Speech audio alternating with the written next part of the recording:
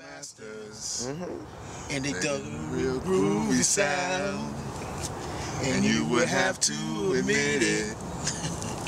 Oh yes, they both left the stage soon as their solos were over. And if you can't figure out their groove, we'd like to hip you. Well, my friends. Nah, I ain't gonna go to my... Now about Miles Davis.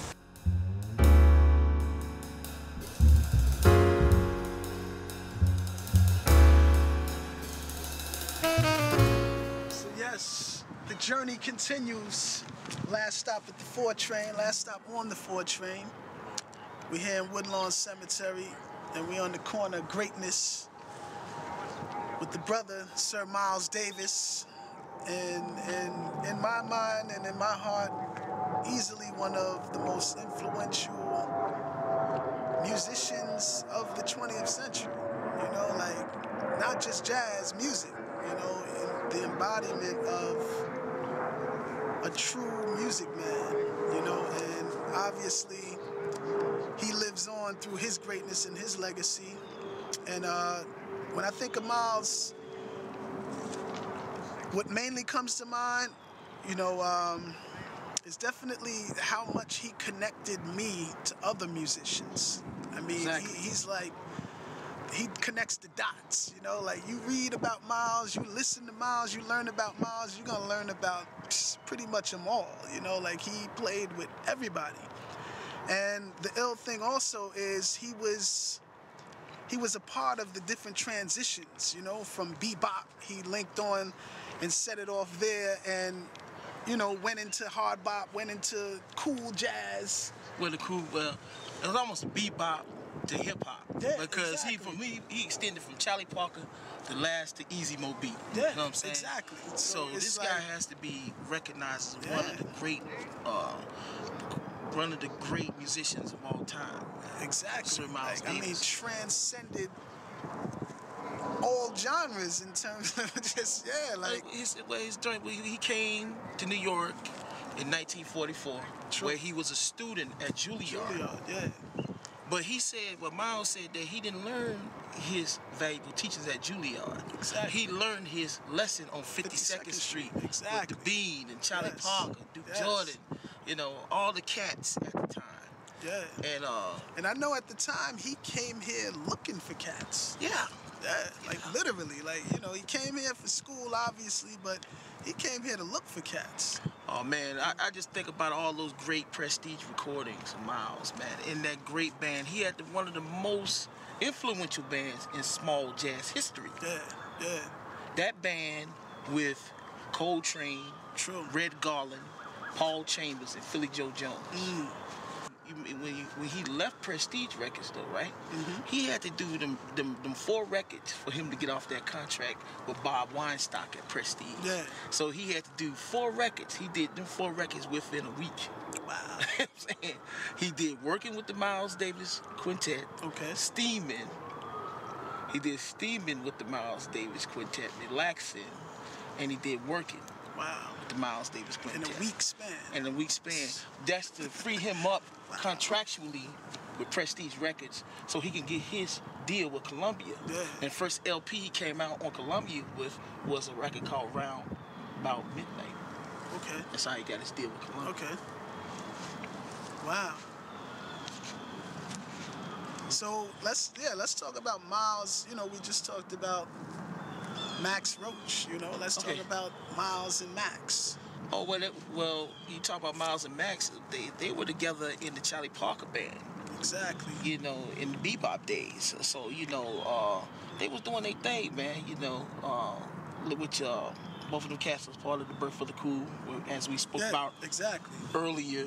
Yeah. But Miles, in his own right, after he left Charlie Parker, he had a lot of valuable information of himself, man, you know what I'm saying? He had a lot of valuable information in himself that he gave cats, you know what I'm saying? Now, he was able to take some cats and make them leaders as well, you know what I'm saying? Like all the cats who came out of his band, they turned out to be leaders. True. You know, the Wayne Shorters, the Herbie Hancocks, you know, George Coleman, Train, you know, Red Garland. You know what I'm saying? Absolutely. Absolutely. And I mean, that's the greatness of Miles. There's so many people that came out of his band and went on to be one thing about greats Miles in their own Davis rights as well. Exactly. But one thing about Miles Davis, he never wanted to be stuck in an era.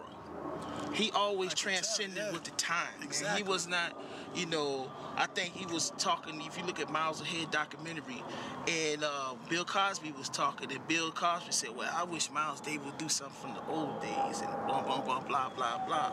And his band at the time was not set up to do things from the old days, because he transcended with the times. Exactly. And the players that played with him at the time was great for that music at that time.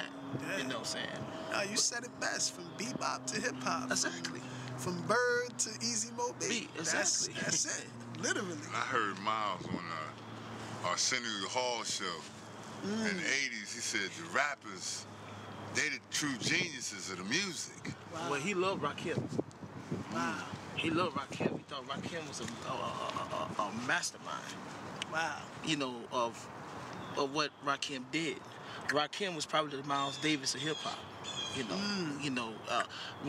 One thing about Miles Davis, he had a very gifted personality. He was influenced by other music, and a lot of people wanted to just keep him into jazz, but he was even influenced by Jimi Hendrix. Wow. You know what I'm saying? And Jimi Hendrix influenced Miles. In the late '60s with a record called Band of Gypsies.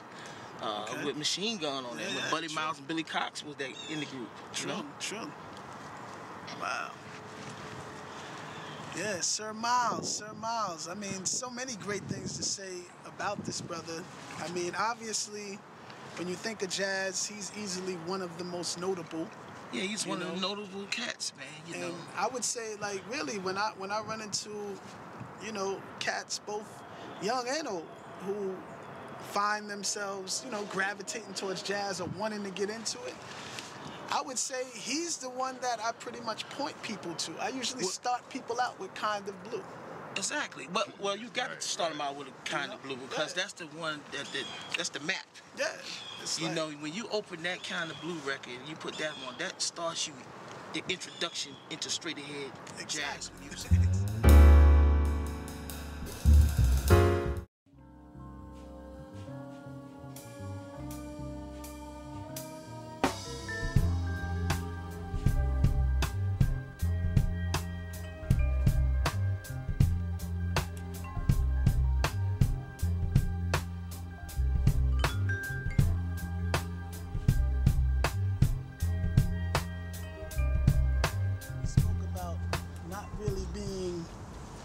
Stuck in one zone. Duke, in my mind, was very innovative too. Yeah, he was a more big band type of cat. Orchestra, big band leader. And I don't mean necessarily like innovative within, you know, different, like how Miles went from, you know, different chambers, but innovative in a sense where he stuck with the times of the times. You know what I'm saying? Yeah. He didn't necessarily stay in the 40s or stay, you know, it was always... Yeah. He evolved to that big band thing. Exactly. That wasn't his original situation. His biggest band is his original situation. Now he came out with records that broke down into a trio configuration. He did a record with Max and Charles Mingus called Money Jungle. Then he did one with John Coltrane. You know, because that was John Coltrane and Duke Ellington. And they did Take the Coltrane. And that way Bob, producer Bob Thiel had bridged the very fluent Coltrane and the very fluent Duke Ellington at the time, because he was an older cat at the time. It's like an older cat meet a younger cat, you know. And they did a collaboration. And Duke is from where? He's from Washington, D.C. Exactly. Yeah. Washington, D.C. You know. But he was a pianist, great piano player. Some of his original compositions, Satin Dog, all that, you know. But had become jazz. That ain't good. I Got It Bad, and That Ain't Good, and they have become jazz standards right now. Yeah. Yeah, exactly. What year did Duke come to New York? He came to New York around in the 20s. Yeah. You know, and which when he came along in the 20s, it was still like cats into the Harlem Stride piano player, like Jelly Roll Mortons and the James P. Johnson, Willie the Lion Smith. It was a lot of these stride piano players when he came. Now, when the 30s came, that's when the celebrated the big bands and orchestras, Count Basie big band, Ellington. One thing that I really admired that I had heard about him was that, well, first of all, his family had money. So when he came, he had a little stack. Right. And he was living off of that, but not working. Trying to get on, doing writing, doing a lot of different things. True. And when his money ran out, then for his first time in his life, he suffered hard times for a minute. And then he left and went home for a minute, got himself together and came back. And came back strong with what we know as the Duke Ellington Orchestra. Wow. That's real deal. I always felt like that was, you know, that's real because deal. New York has a way, you know what I mean? You gotta have your head on straight. You gotta know, you know, you may not know all the angles when you get here. Yeah, true. But he was one of the cats, though. You know, when cats of big band, you know, couldn't get jobs, he could get jobs, though. You know what I'm saying? Duke Ellington was, you know, other than a cat like Gerald Wilson or somebody, but you had all the guys you know, coming up to Stan Kenton Orchestra. And why do you feel that was the case? Because of just staying with the times? Yeah. Ask this cat. Staying with the times. We gotta find out where Coleman Hawkins' resting space is. The Hawk, Hey man, you know the Bean. U-Plot. U-Plot.